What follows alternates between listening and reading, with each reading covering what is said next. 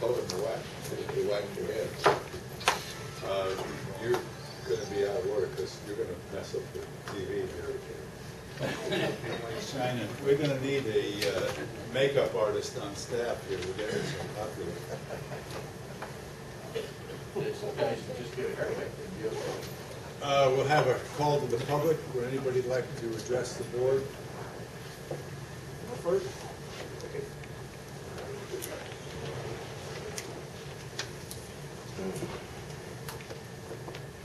My name is Mitch Dunn. I think you're all familiar with me. Had a few comments today. I have some handouts here. I was told I could not hand those out. If any of the board members would like to review that stuff after I'm done here, I'll be pleased to give you the information that I'm quoting from me.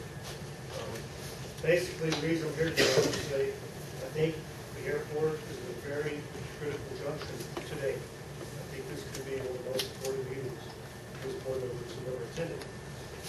Because it has came to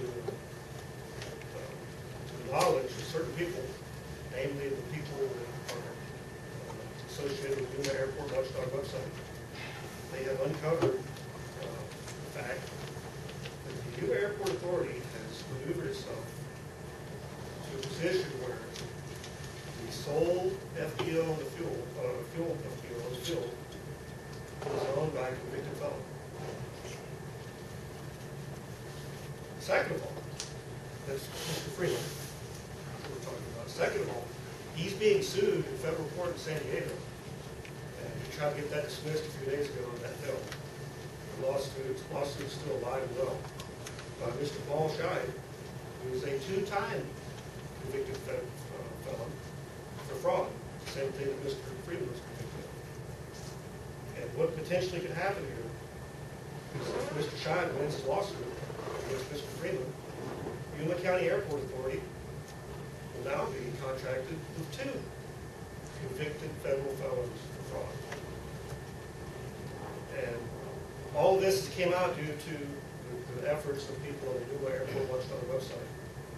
And now, I've read, this board may be considering today to file action against the person who runs that website, Joe Gomez. For revealing things that are unflattering to the airport. So I really hope this board will seriously consider what they're doing today. That's all I have to say. Anybody else? Hi, Chris Alberti. Last Thursday we had a POV meeting, which I am on the committee, and we were discussing a letter that was sent by Brian Kotsko about having problems contacting board members.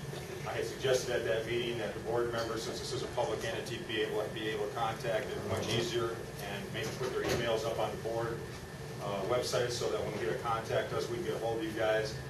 Somebody had brought up the idea that a personal email, they didn't really want to give out the personal email, and I had suggested that maybe they should use the airport email system. We would really appreciate it. I talked to a bunch of GA people over the last 2 days. These guys all want to be able to get a hold of you guys directly.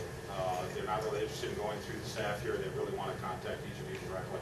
So if that would be a possibility, that would be acceptable to you gentlemen and ladies.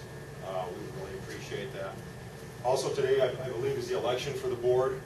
As Mr. Hinkle pointed out to me last week, which I wasn't aware of, but basically framed up for me that the users of this airport are the people that pay the bills. As the users of the airport, GA, General Aviation, the airlines, and most other people on this area, in the area here, are paying the bills here. I would like to recommend that during your election process today, that you put on some more GA people, or some people with the airlines, or whoever is involved and wants to get on this board. There were 9 people who have submitted their applications, and out of those 9 people, I believe 5 or 6 of them are GA members. So we would appreciate your consideration of those people so that we can balance the board out a little bit more and maybe have a little bit more input from the people who are paying the bills. Lastly, the thing about the website and Mr. Gomez, again, please remember we're the guys that are footing the bill here, and please spend our money wisely. Thank you very much. I'm Tom Trotter, GA. Last week, just as we was leaving, it was brought to our attention that Yuma was the only FAA joint use airport in maybe the world. That's an erroneous statement. There's 12 Air Force, there's 10 Army, and Navy is Yuma Marines here. So we are not the only one with a joint use in the world, or even the United States. These are all, there's a list of them, have several copies if you'd like one, and you're free to have it.